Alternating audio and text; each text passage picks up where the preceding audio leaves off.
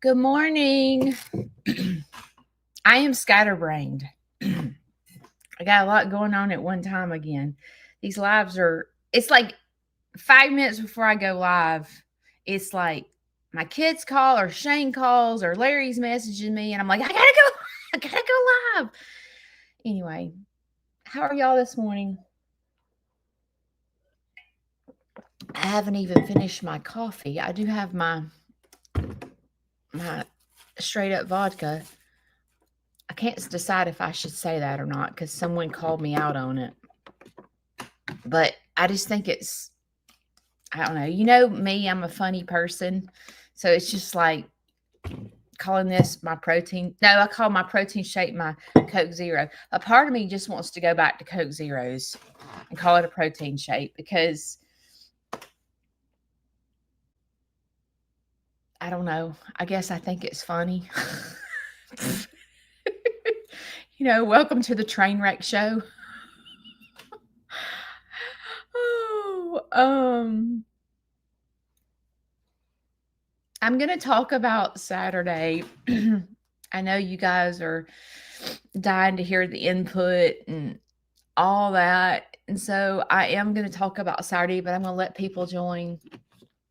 I got my, I do Etsy, which is this like makeup thing. And I get makeup in the mail every month because I'm such a girly girl. And it came in this cute little package. So I just opened it and I got some tinted lip balm. I got some moisturizer cream, some eye cream, some eyeshadow, and some powder. So I just opened that. So I was telling y'all that while I let people join.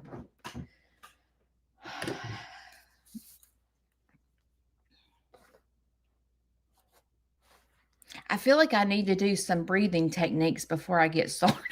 So I can rest my head.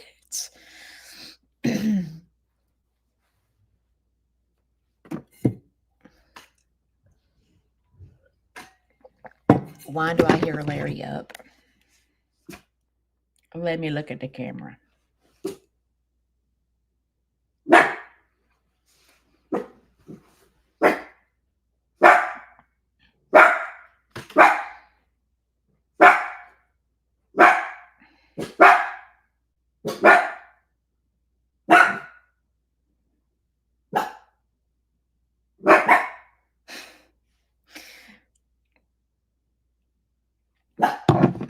I wish one day that y'all could just, I wish I could go, okay, this Saturday, everyone come to Sneed's Farmhouse, and today you're going to see what Judy does. And I wish that y'all could see me like trying to multitask my life, like between the farm and Larry and just everything. Some days, and I know I'm not the only one. It's not like, well, Judy, you're not the only one that has to multitask. No, I'm not.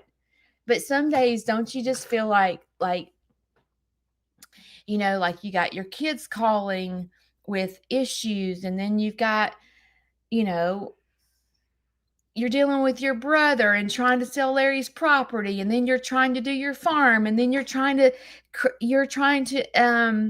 plan a Christmas event for the group home, and then you got a chicken sick, and then then like it's just like some days I'm like, could I just, that commercial Calgon Take Me Away? I wish I could just do Calgon Take Me Away. But the weird thing about my house is we have three bathrooms. My bathroom is just a stand-up shower. Then there's a half bath that has no shower. And then there's Larry's bathroom that has this little bitty miniature bathtub. So like, even if I wanted Calgon to take me away, I don't think I could if I wanted to, because like the bathtub is tiny. It's like for a kid. And so our house has no like bathtub. Anyway, Okay, I need to get started because I'm in chaos. My brain is in chaos. Okay, Saturday. The thing that I liked most about Saturday was my children being there.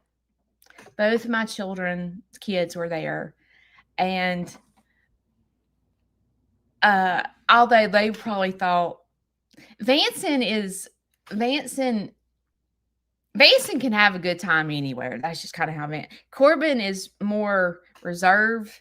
And so like he's the quiet one sitting in the background where Vanson's like me and would be on the tables dancing. Like Vanson's like that. And so like I wasn't sure if I kept looking over there going, is Corbin bored? Like I wasn't sure. And then he was like, Mother, I cried 3 times while I was there.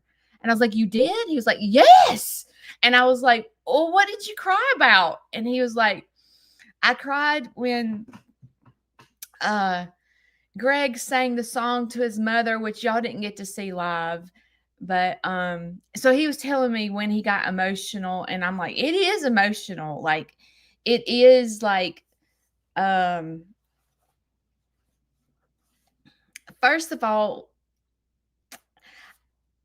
I've never had, I mean, I've had field trips in the education center, but I've never just I didn't really know how many people it would hold. Where we did have fire extinguishers in the building, so we were safe. But I didn't know exactly how many people were coming. I didn't. And Shane counted, and he counted over 70 people at the event. That's a lot of people. You know what I mean? But it was almost as if it was very, very crowded, but it was like it wasn't so crowded that you couldn't breathe. But we did have to leave the door open because it got really hot in there because the heat was on top of having a lot of people in the but when I sat there and was looking around the room,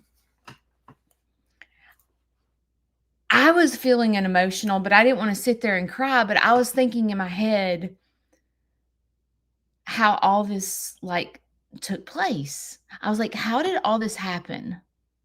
Like, I need to break this down. Like, I need to figure out, like, how did Sneed's Farmhouse happen? How did this education center happen? Like, how did I get with the group home? How did they end up here? How did I get this following on Facebook that donated all these gifts to the group home?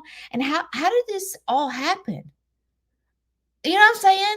Like what the heck? It's like it all seemed to happen so fast that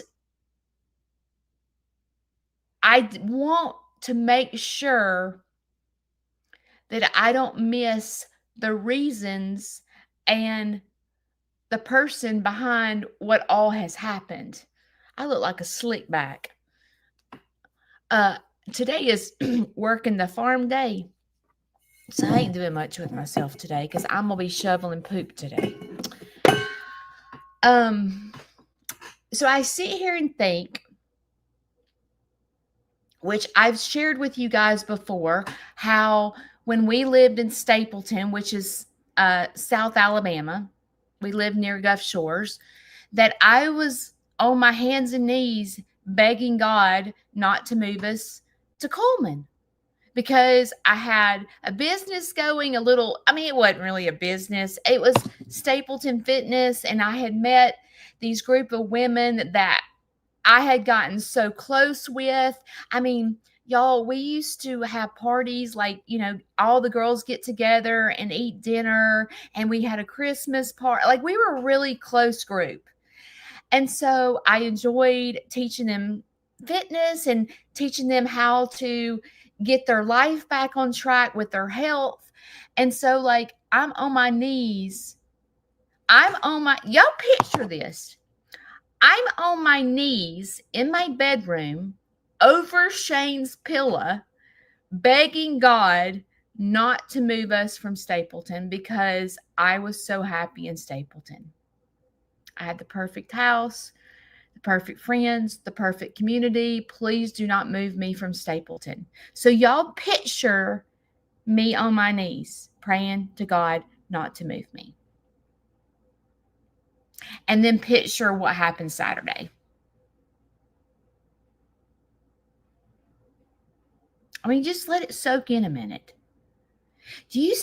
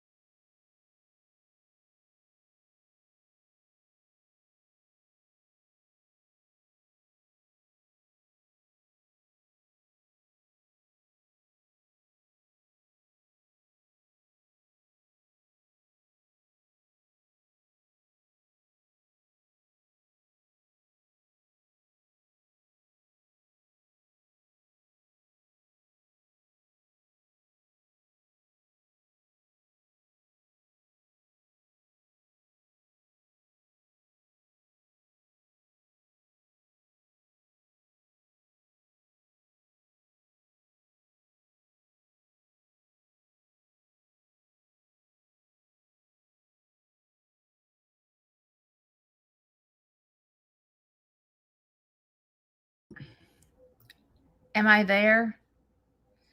My internet went down. So I'm having to use my cell phone to connect to my.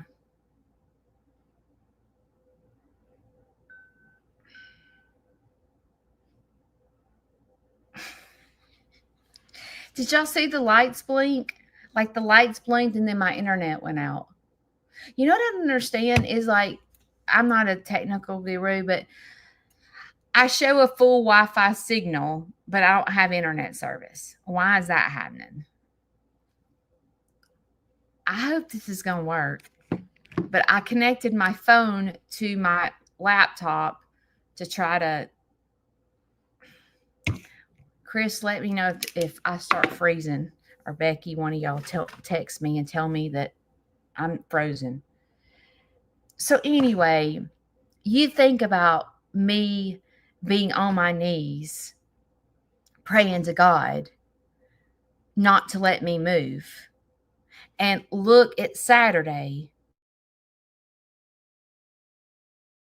You imagine if God would have answered my prayer and I would have stayed in Stapleton, I would have missed this whole opportunity of meeting you, Sneed's Farmhouse, meeting the group home. If God would have said, okay, Judy, I'll prayer answer. Well, by golly, I'll answer. Be in Stapleton, you'll miss this whole opportunity of growing.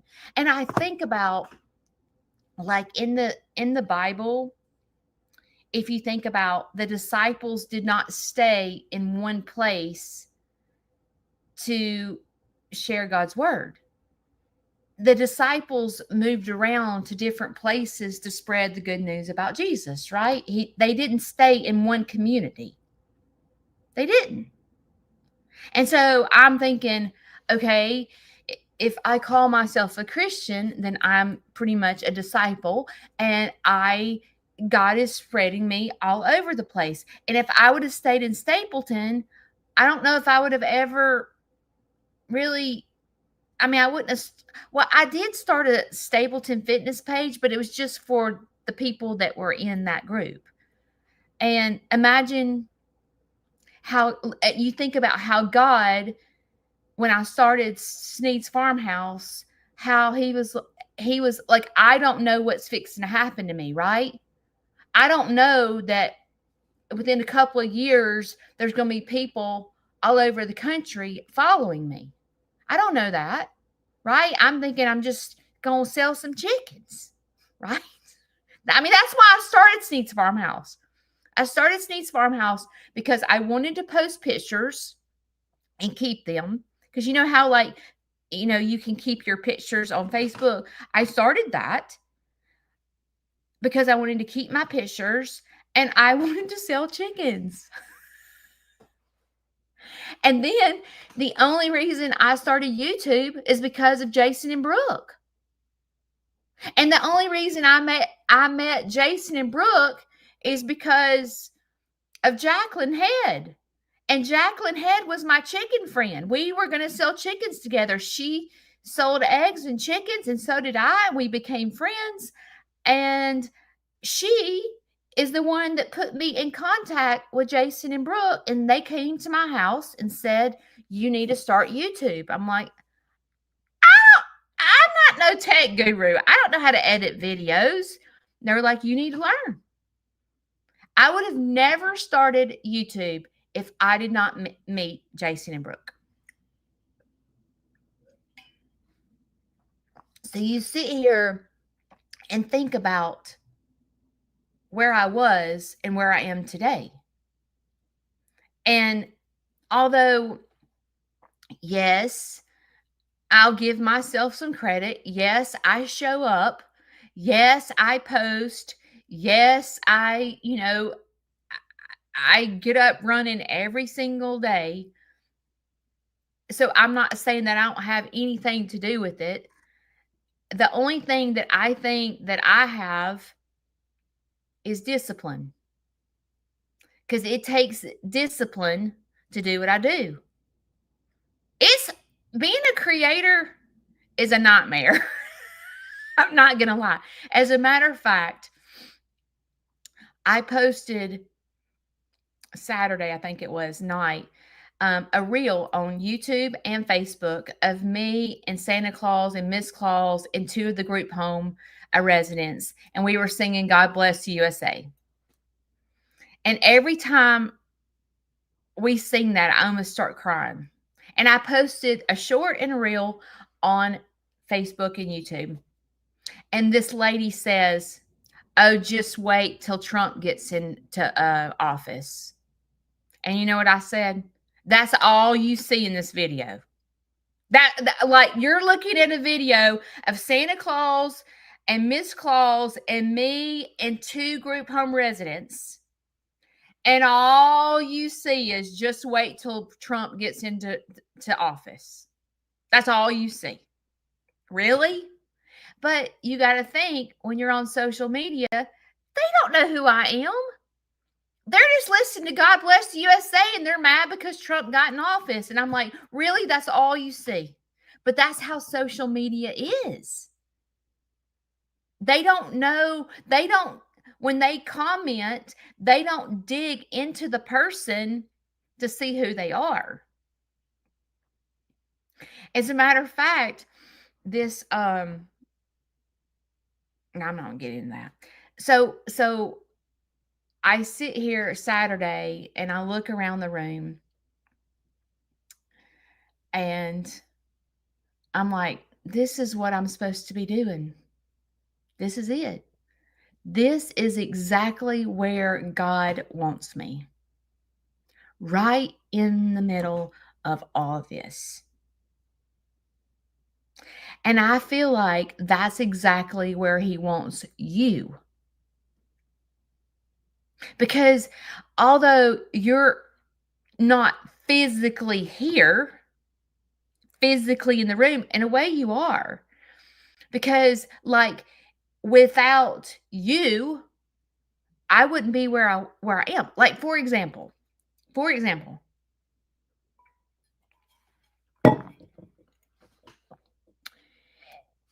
if you didn't watch my content and you didn't like my content and you didn't comment, then Judy Sneed would have to be open to the public 7 days a week, doing tours and field trips nonstop to stay open. I would not make a supplement income.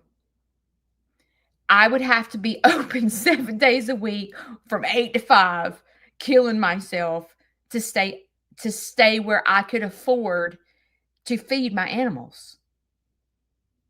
But instead, God put social media in front of me and said, I feel like this is what God's saying.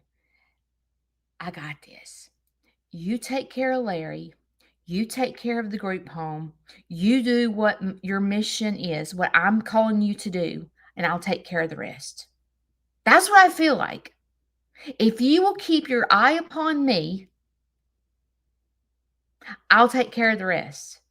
And I have to tell you, trusting that this is all going to take place, it seems like it's hard. Like when you're like, okay, I'm going to keep doing what I'm supposed to be doing.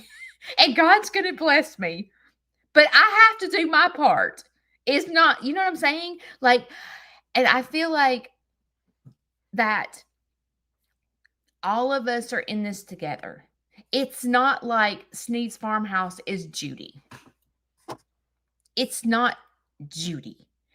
Judy is not strong enough to do it all by herself. I am one person. I am one person. And I feel like I am committed to y'all. And if you don't know that I'm committed to y'all, if you did not see me live when we were live on Saturday, what was I doing? Did you see me? Diane will tell you. I'm sitting there trying to film for y'all. I'm sitting here trying to open presents to help the group home. I'm sitting here I'm multitasking. You see me on the floor trying, and I'm recording because I want you to see what's happening, because what's happening in the education center on Saturday wasn't because of me. I will tell Shane Sneed. Hey, I'll call you back. I'm live. Okay. I purchased 3 comforters. I'm gonna say I spent $150. And you guys did the rest. You guys did everything else. I just told you not to send me Christmas gifts, that the group home needed Christmas gifts. And you guys were like an army and said, I'll do it. And the people that didn't send gifts, you showed up here at you. This is what you have to remember. When you think, I got a dot on my head. When you sit on the couch and go, I wished I had money to give to the group home, or I wished I was able to give a present, let's just say, or I feel so bad, I'm on a fixed income and I can't afford it. Stop. Because this is what you don't realize, is you did give to the group home. And the way you give to the group home is by watching my content, liking my content, commenting and sharing, because you're giving Sneed's Farmhouse a paycheck on Facebook and YouTube so that I can stay open, so that I can do these things for the group home. Do you understand? I don't think you get it. I think a lot of you sit and shortchange yourself. You shortchange yourself and think, because you didn't physically, I don't know, go to Amazon and order a present and send it to me, that you didn't participate in the group home, like you couldn't afford to do it. But see, you don't understand.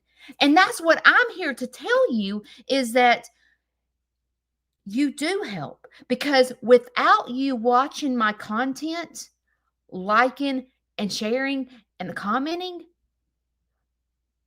I wouldn't be able to keep doing what I'm doing. I would be out of business,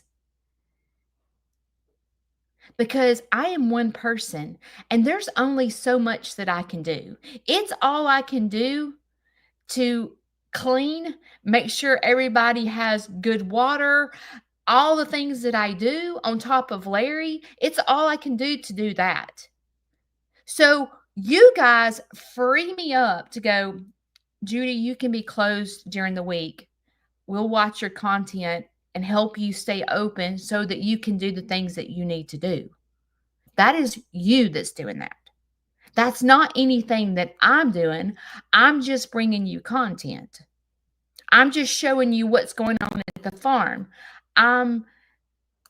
That's all I'm doing, is making sure I got my dang phone in my hand and I'm videoing and I'm editing.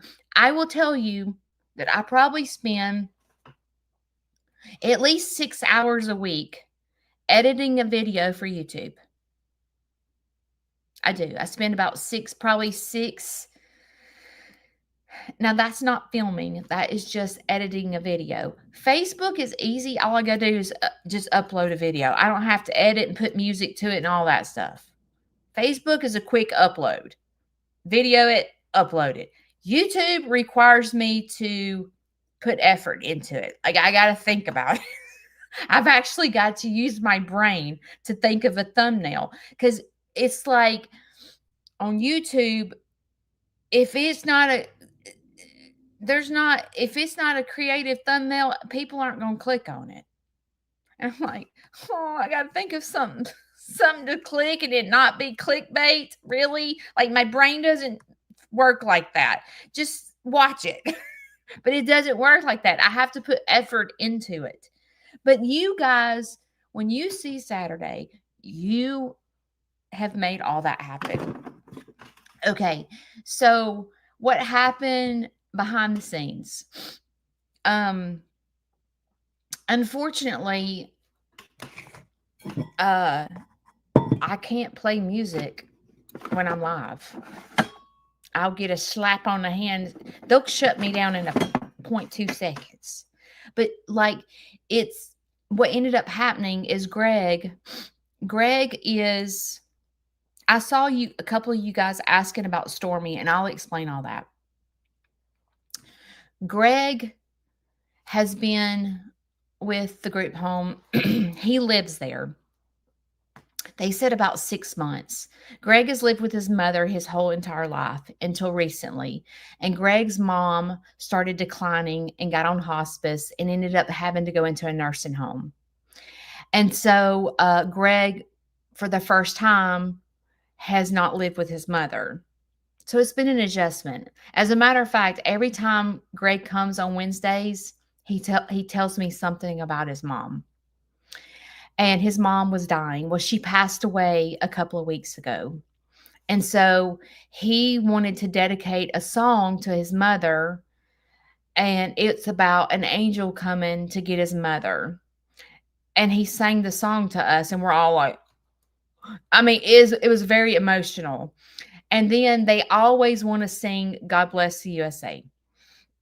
And so when you're in the room in the education center, and you're looking around at all these residents that live at the group home, and some are like in a wheelchair, and some are like nonverbal, some are like, You just look around and you're singing God Bless the USA.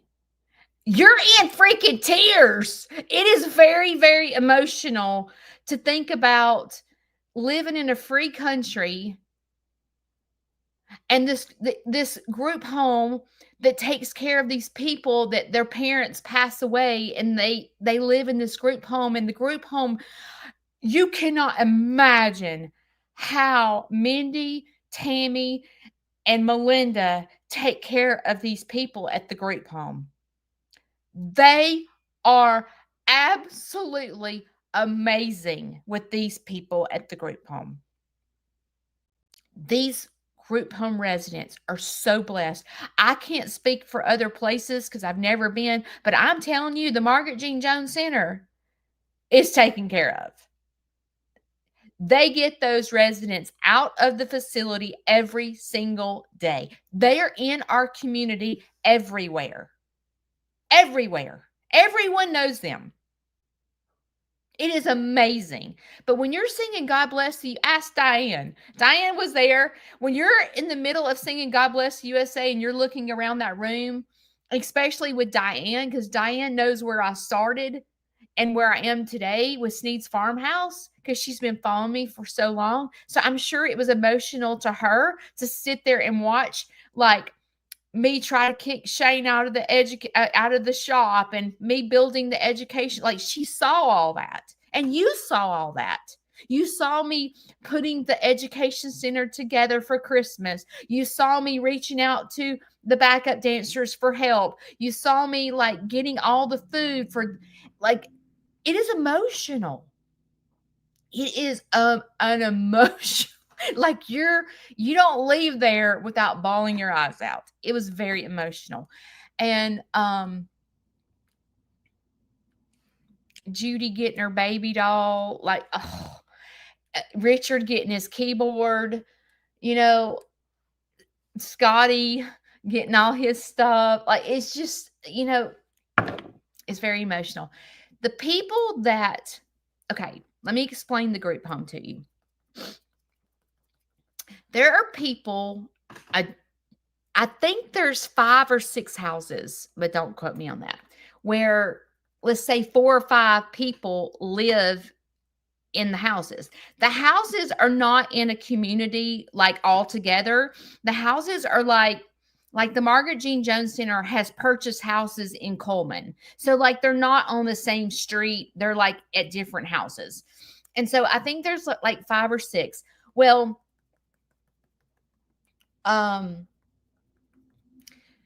there's also a day program.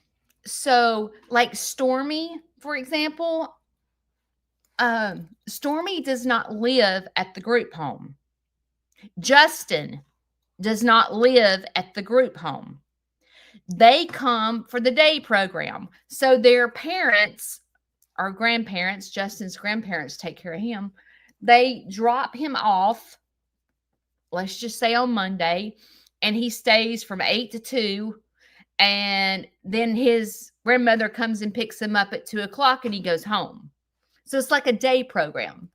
So some of the people that because I've made them characters on my farm, they don't live there. They live at home. So when you gave to the group home, you're given to the people that actually live at the group home. Stormy lives at home with her family. So she has Christmas. So that's what you saw. So you probably saw on Saturday a lot of faces that you've never seen, because not every single one of them come to my farm. And the reason is because, like Eddie, for example, Eddie is scared to death of animals. So he didn't come to my farm. He just doesn't come. He's scared to death. And I think, from what I understand, is, like, when he was young, his parents taught him not to just go up and touch an animal, that he should be cautious. And so he's scared to death of animals. So he doesn't come. So not every single one. There were, I think, 28 that live at the group home. And so that's why you saw faces you've never seen before, or there were faces you were like, "Where's Stormy? Where's Justin? Where are they? Where's Lainey?" Um, because they have families they go home to. The ones that you saw at the group home actually physically live at the group home. So that's why you saw what you saw. Um, I have to tell y'all something funny. Larry was right in the middle of it. I don't know if y'all saw him.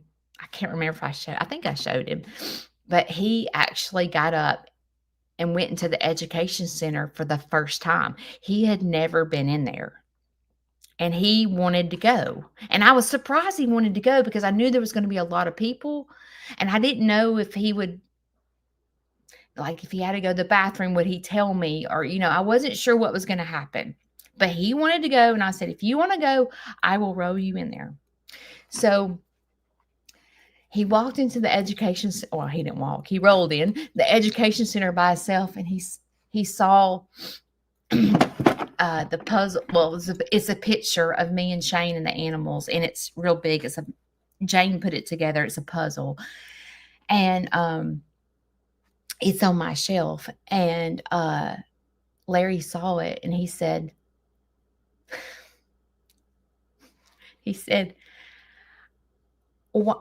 why don't you get a picture of me and blow it up and put it on the wall? And I said, okay, I'll do that. I've got to do that. And I want you to know that y'all make him feel so special. He feels, because you guys, I told you he reads your comments, right? I told you that. He can't hear what I'm saying, but he can read comments. And he reads how y'all are so sweet to him and send comments. And some of y'all have sent him stuff in the mail and cards in the mail. And y'all make him feel so special. And he is a part of Sneed's Farmhouse. He is. And I don't know why I never thought about putting a picture on the wall of him. But I'm going to. I'm going to have to get a picture of him. I should, you know what I'm going to do? This is what I'm going to do. I'm going to get him up, get him dressed, put him in the wheelchair, get him in the education center by the fireplace,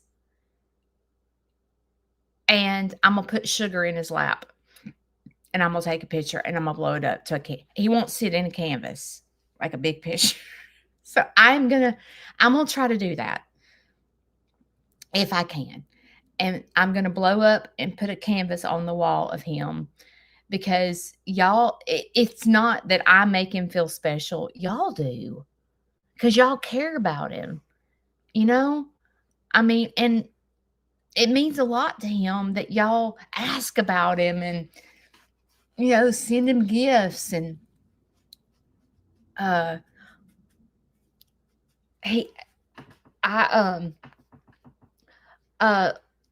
Lorraine, I was going to tell you, Lorraine, for Larry's birthday, sent him some word search books. She sent them in October for Larry's birthday. I think she sent like 6 or 7 books. Okay. That was like the middle of October, because his birthday's the 12th. Before December 1st, he had done every single page. Okay. I was going to tell you this, Lorraine. I found some word searches that have a spiral book. So it folds, you know what I'm talking about? Because he was having trouble folding it, and so it didn't fold over. So they make spiral word searches. Well, I bought him some for Christmas, and I gave them to him. He loves them. But I wouldn't have thought if Lorraine wouldn't have sent those books, I wouldn't have thought about that. But I know back in the past he loved word searches, but I didn't think about getting him a book. Y'all, he is sitting up in the chair every single day, getting out of the bed to do his word searches on the table. He's getting out of the bed. His elbows had bed sores starting because he's on his elbows in the bed all day long on his phone nonstop. With the word search books helped him get the word search books put his dancing shoes on and he got out of the bed. So see, sometimes your dancing shoes are not physically shoes. You see how a simple 99-cent word search book helped Larry put on his dancing shoes to get his butt out of the bed. And he gets out of the bed every single day now, almost all day long. Yeah, amazing. Amazing. So thank you, Lorraine. You're the one who did that. So thank you. Hang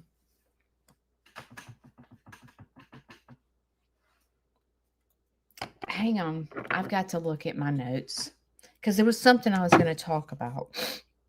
Hang on. JC, I just saw your message.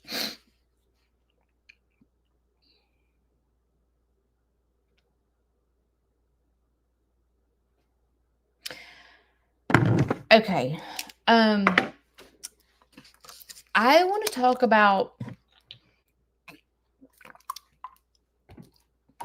which this time of year is when I usually talk about holidays and taking care of yourself and really trying something new. You know, just like if you watch my YouTube video, I stopped at the Wheeler Refuge Center. It's free. I just stopped there and I was blessed. I didn't know what it was. I mean, I know that sounds silly, but I didn't know what a refuge center was. I didn't really know. And I went, and I was like, I'm just going to stop the car and get out of the car and see what this is. And I was so glad that it is. As a matter of fact, I asked Shane, I want to take Shane back there. And I did not know that the refuge center allows hunting. And I guess they allow hunting because of the overpopulation. I'm not really sure. But anyway, so this time of year, I really tried to focus on us getting through the holidays because the holidays are hard for me. They're hard for me. And I was Vanson, my son was here, and he made the comment, well, you think you're all alone for the holidays? And I was like, I thought in my head I am. But then I realized that that was offensive for me to say that to because my family's sitting on the sidelines going, who are we, chopped liver? Like, what the heck? Why are you saying that? You have us. But I think I'm saying it all wrong because I had to stop and go, why do I feel all alone at Christmas? Why? And I had to go, why do I feel that way? My eye is watering. And y'all that have lost your parents, y'all tell me if you agree or disagree. Christmas is never the same when you lose your parents. Even when you have your own children and grandchildren. Christmas is never the same without your parents and your grandparents. Do you agree with me? No matter, you know, if you have your own kids and grandkids or the most wonderful husband in the whole wide world that It's never the same.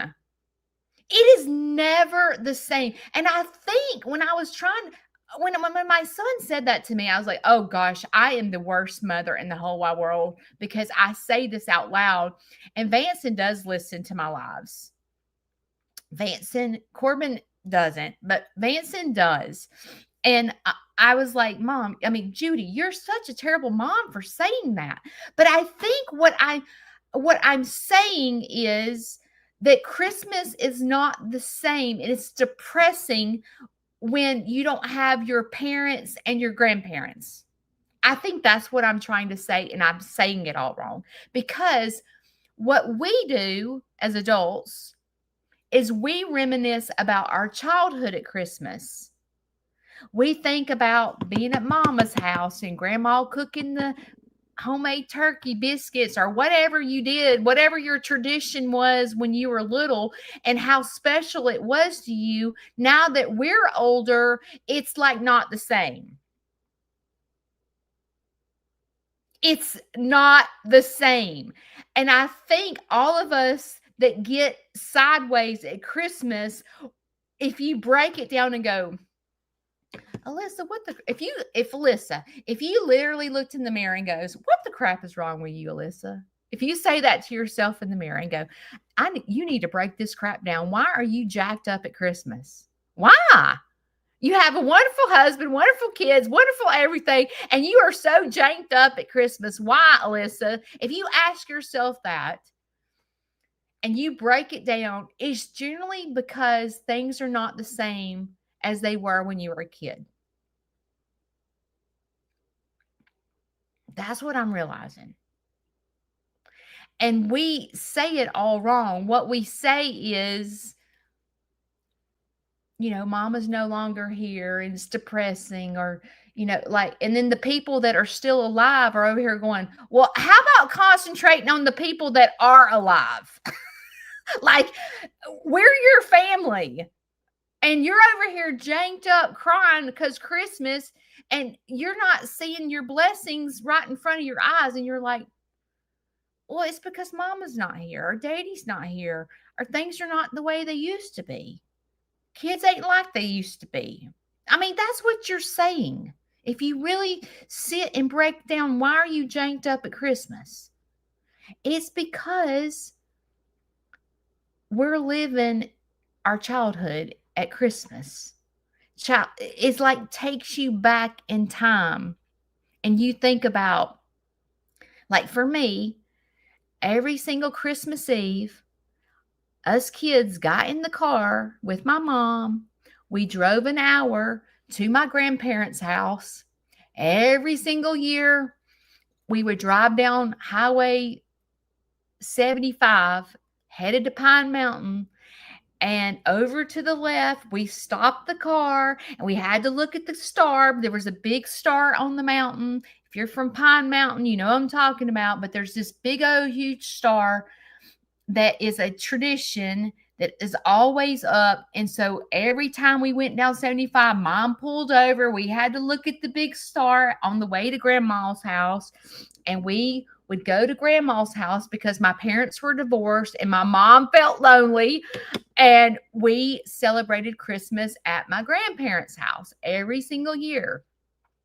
Christmas morning, my grandmother made homemade biscuits, big old breakfast, hamburger gravy. My aunt and uncle and their kids would come over. My aunt would come from Texas with her son, and the whole family spent Christmas morning. We played Christmas music. Everyone opened presents. It was so much fun because Aunt Helen came from Texas, and she made me a girly girl.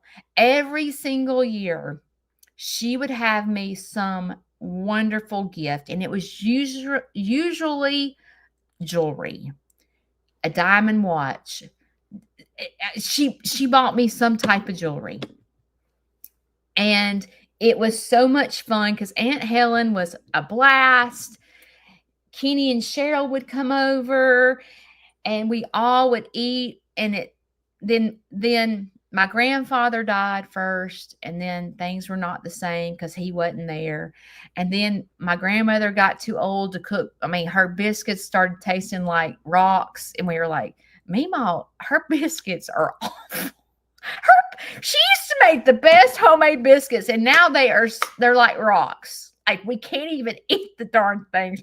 And then we'd be at Christmas, and she would want to cook the biscuits, and we'd be like gagging. We're like, oh God, we got to eat Meemaw's biscuits. We're going to gag. Because she was getting older, and she forgot the recipe, and we were trying to pretend like things were normal, and they were so disgusting. And like, it just got, and Mom couldn't cook. So then when it just kept getting worse and worse and worse. And then my mom first, my Aunt Helen died. Things were not the same. My mom died. Things were not the same. My grandmother died. Things were not the same. And they've not been the same since. None of us know what to do. And what's bad is, for me and my family, none of us know what to do because we weren't, like, none of us know how to cook. We can't cook turkey and dressing. None of us paid attention to how to cook biscuits.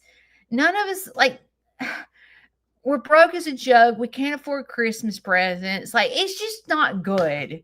And it's never been the same.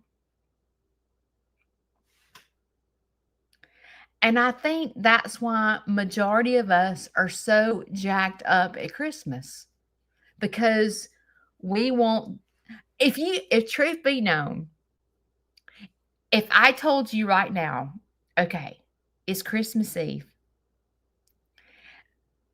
Mama's here, go get in the bed, Santa Claus is coming in the morning, and you get up, and Mama and Grandma are in there cooking like old times, and Santa Claus has come to see you, and you've got presents under the tree, would you not smile? Or would you be janked up at Christmas? So the $1 million question is, how do we get past it? How do we sit there and smile and pretend like everything is just great when it's not? Like, I feel like admitting what is messed up about you is the first step. Like, going, why am I so messed up at Christmas? Is it because of what I said, or is it something else? I mean, why is it so hard to make new family traditions? And I sit here and think about my children, and I'm thinking,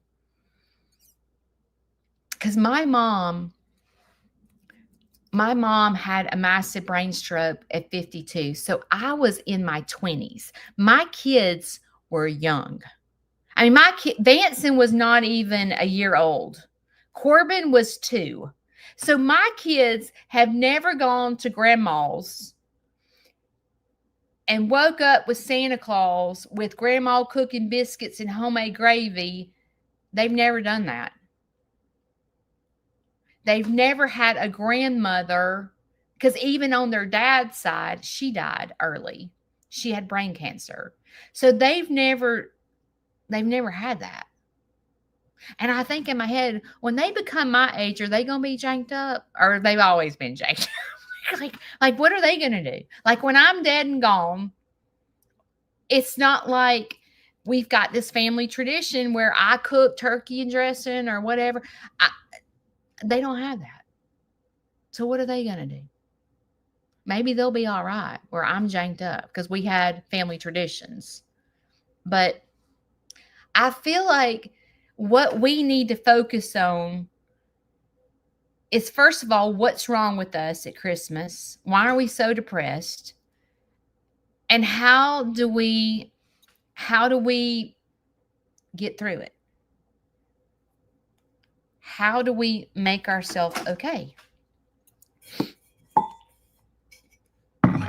That is the $1 million question. And it's not like I have the great answer, because even though I prepare myself every year for Christmas, I'm like, okay, Judy, you're fixing to be janked up. Okay. It's not going to be good. You're going to sit here and you're going to be jacked up. So what are you going to do? And I try to prepare myself not to be that way. And it doesn't matter because I'm going to be that way. I'm going to sit here.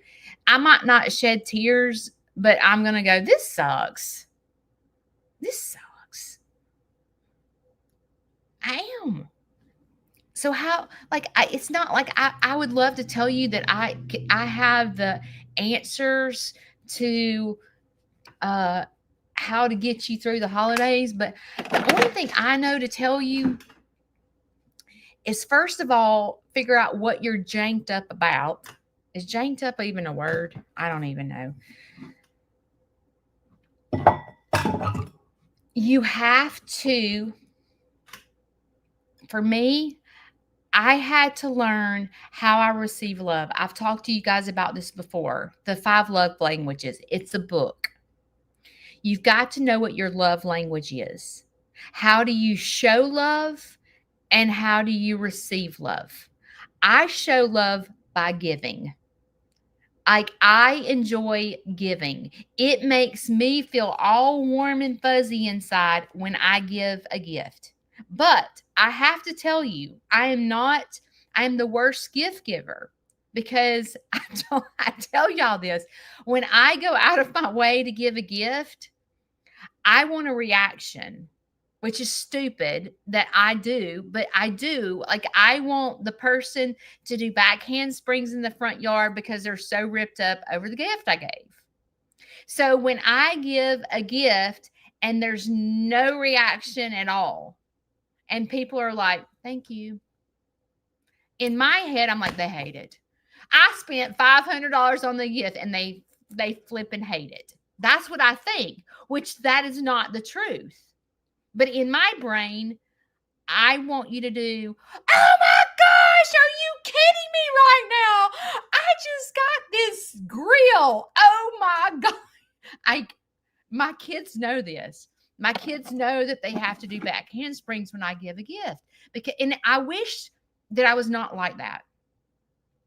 I need to work on that because that's not the reason you get a gift, is to see a reaction. Okay. That's not the way to give a gift. I'm not proud that I receive love that way, but I receive love by their reaction of the gift that I give. I get excited to get them the gift. I give them the gift and I need them to be excited. And then I feel loved. That's the truth. I receive love when Shane builds me something. Like when I literally just walk out to his shop one day and he's like, or my barn, Judy, I just put in a whole water system from you. And I'm like, I literally been gone for an hour and you have put a whole water system in my barn to make it easier for me. He loves me so much. Oh my gosh. I receive love when he goes out of his way for me. I feel so in love with him. I feel so like this is the best marriage in the whole world. He loves me with all his heart. That's how I receive love. I don't receive like hugging me and kissing me. That's receiving love through touch. You might be that person that you receive love when people hug you. I don't want you to hug me. I'm the type of person who I'm like, get away from me. I don't like goo goo gaga loving. Like, no, get away from me. But you've got to figure out how you give love and how you receive love to understand yourself. Once you understand yourself, then that's one thing that's going to help you get through the holidays. So for me, Shane, I tell you this, Shane is not Santa Claus and Shane is not going to go. I told you that my mom used to give me a stocking and it had girly stuff in it, and it was the most special thing to me ever. Shane is not going to Walmart and finding gifts to put in a stocking to make my Christmas special. If I'm waiting on that, I'm going to be super disappointed. That is not happening. So, what do I have to do to take care of myself during the holidays? What do I have to do? And I think in my head, okay, I like putting this Christmas event together for the group home made my Christmas. I f- I felt so wonderful watching this all be put together. Like, if nothing else happens at Christmas, that was enough. Seeing them open their gifts, like, because they're the type that are doing back handsprings. They're so excited that they're getting gifts. It's like watching kids open, you know how when kids open gifts and they're so excited? That is how it is. And see, I receive love that way. So when I'm seeing them get so excited, let's just say that there's donuts or they're getting a baby doll, I see them and their love for what they got, and it makes me feel good. You know? So I think that for myself and taking care of myself during the holidays, I have spent a fortune on the education center. And that is my Christmas gift to myself, is going, I have pretty much everything the way I want. Well, not everything, but I'm getting there. Like, I want to paint the outside and do that, but that's years from now. It's not instant. But I busted my butt to save my money because I told Shane, I said, when this education center gets built, I'm buying everything I want for it, and I'm fixing to spend a fortune. So get ready. And I'm saving up for it. So for the past really year to year and a half, I've been putting money back because I wanted to do exactly what I want to do. I wanted the nice sofa. I wanted I wanted the professional pictures on the wall. I wanted everything like perfect. I wanted to paint. I wanted a coffee bar. I wanted the popcorn maker. I wanted the candy machine. I wanted the refrigerator. I wanted the frilly curtains. And I literally busted my butt going, okay, I'm putting all this money back because when it happens, I'm getting a air conditioning unit, a heating unit. I'm getting it all. And I did. And so this Christmas, I can say that's kind of the gift to myself because it's a gift that keeps giving. So I spent all this money on this education center so I can keep giving back. And that made my Christmas. It did. And that's how I've taken care of myself this Christmas, is dumping hard effort money into that education center. And if you receive love like I do through people doing things for you, let's just say, that's how I was able to do it. That's how I'm able to get through Christmas. There is not a Christmas tree in my house. There is not one Christmas decoration in my house. But when I go to the education center, it looks like Disney World.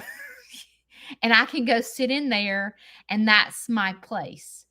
As a matter of fact, Saturday after the event, I was so physically tired, I turned all the lights off and I turned on the TV with the crackling fireplace with Christmas music. I turned that on. I turned all the lights off, and I laid down in the education center and fell asleep on the couch. And that's the first time I had done that. And I was like, it was just quiet. I couldn't hear anything, A lot of times when I'm in the house, the dogs are barking or Larry's up, and I was able to go in that education center and lay on the couch, and it was total silence. And it felt so good to go in there. And I'm like, this is such a peaceful place for everyone. For everyone. But getting through the holidays, I can't give you your answer. I mean, I can tell you what mine is, but I think that first you need to break down why you're depressed at Christmas. And I'm going to tell you, sometimes social media janks me up at Christmas. Because, like, everyone posts their pictures with their family and stuff like that at Christmas. And I how like you might see a picture of a family on, doing Dirty Santa or something. You're like, must be nice. Must be nice. But you don't see the big picture. Like you don't see. And that's another thing. Like when I was a kid, we had, on my dad's side, we had a Waniger Christmas party. And the Waniger family is rather large. My mom's family is not. But the Waniger family is huge. And every single Christmas, we would go to one family member's house and we would play Dirty Santa. And it was a running joke because my Aunt Carol one year got a gift and she cried because she wanted somebody else's gift. And she ended up crying because she wanted the gift, and it became a joke. And then my dad was the funny guy. My dad always gave these joke gifts. So he gave one year, it was a mason jar filled with money. Okay. And everyone was fighting over the money jar. Okay. We were all stealing the gift. And so my Aunt Carol ended up getting the money gift, and everybody was mad because she got the money or whatever. But it's a joke, And my dad's sitting over in the corner laughing, and nobody knows. And I'm like, Dad, what are you laughing at? Well, my dad did. This is my dad. My dad filled the mason jar with potatoes. He filled it with potatoes, and he put money around the potatoes. So when you saw the mason jar, you thought it was money, and it was a jar of potatoes. And so everyone was fighting over the jar of potatoes. And then one year he bought this big old pair of panties. Obviously no one could wear these panties. They were about the size of my bed. They were huge. It was just a joke. And so everyone, nobody wanted the big panties. It was just, the Waniger family was fun. My grandmother cooked chicken and dumplings. My Aunt Nancy would make dressing, and everyone would bring a plate. But it was huge family Christmas party. I mean, there was probably 70 people there. And we did it every single year when I was young. And so when my grandmother passed away, we tried to do it one year. You know how you try to do it and it just don't work? It's just not the same. And once my grandmother died, it was never the same. So now the Wanigers don't get together at all. But I will tell you,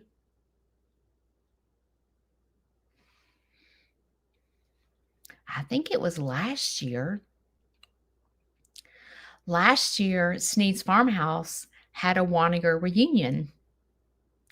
And people came, the Waniger family, hang on.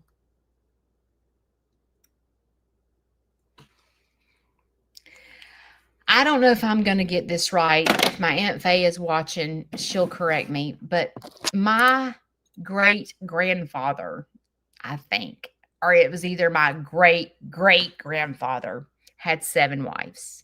He outlived every single wife. So there are 7 Waniger families out there, okay? And we're all related. Okay. They're like all over. There's 7 different wives. So there's 7, and he had kids with every one of the wives. So we're huge because of my great great grandfather, okay? Um and at the Waniger reunion, we were able to get all of those 7 families at my house at Sneed's Farmhouse. And we had a food truck here, and everyone bought food off the food truck, and everyone came to Sneed's Farmhouse last year. And I mean, we had name tags that said Judy Waniger, Dad Fred, grandmother Lillian, like, so, because we had to figure out which Waniger family we were from, like which wife, and we would walk around and go, which wife were you? And so, like, there were family members that I had never met in my life at my house from the great grandfather having all these families. So, like, that was fun.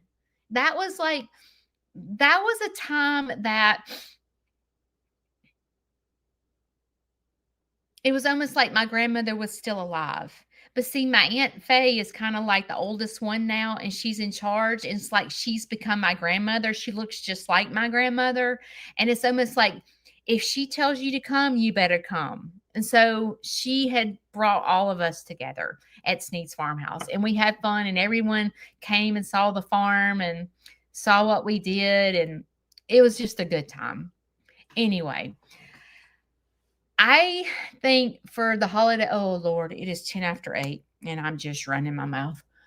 Um, to get you through the holidays, first of all, figure out why you're so janked up. It's probably because of things are not like they were when you were young.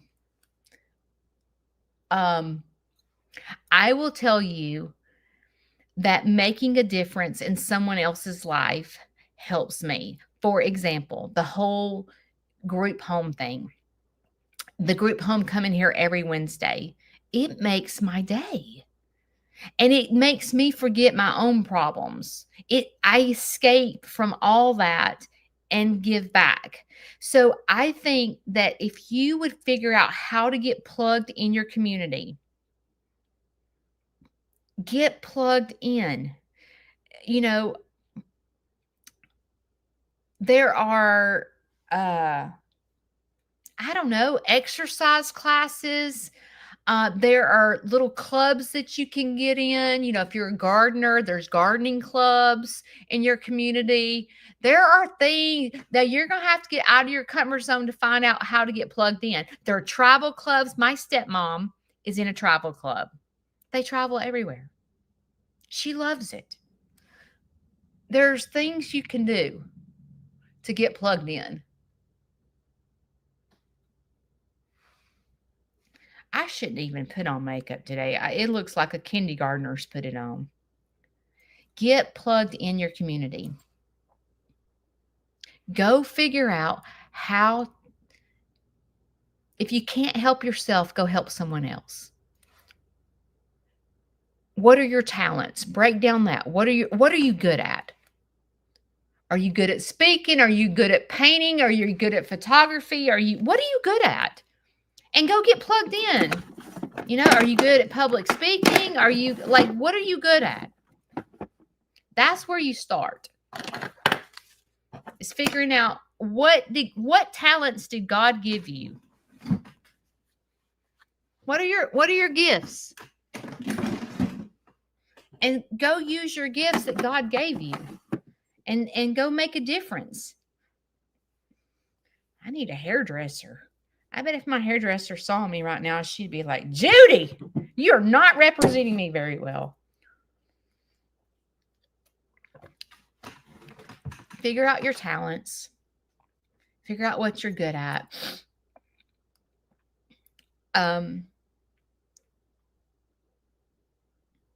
I feel like God gave us given talents to use them. I feel like the talent that he gave me is, um, I don't know the right word. I'm an entertainer. I'm really not a dancer. I'm an entertainer. Like, I don't want to dance. I want to lip sync and get on the bar and dance. Like, I'm more of an entertainer, I think. And God gave me that talent, and now that I'm using my talent to his good, I'm feeling complete and whole. So what is your talent? We're getting closer to the holidays, okay? And you've got to take care of yourself. I know it's depressing that mom and dad are not here and grandparents are not here. It is depressing. And recognize that it's a true loss that you're feeling. You're a loss, and it's grieving. It's called grieving, but don't stay there. Don't stay there. That's not good, but do allow yourself to grieve. Grieving is normal and it's healthy, but don't stay in it. Don't stay in it. All right, guys, you have choices. You can sit it out or you can dance, and I hope you dance. I will see y'all Wednesday. Bye.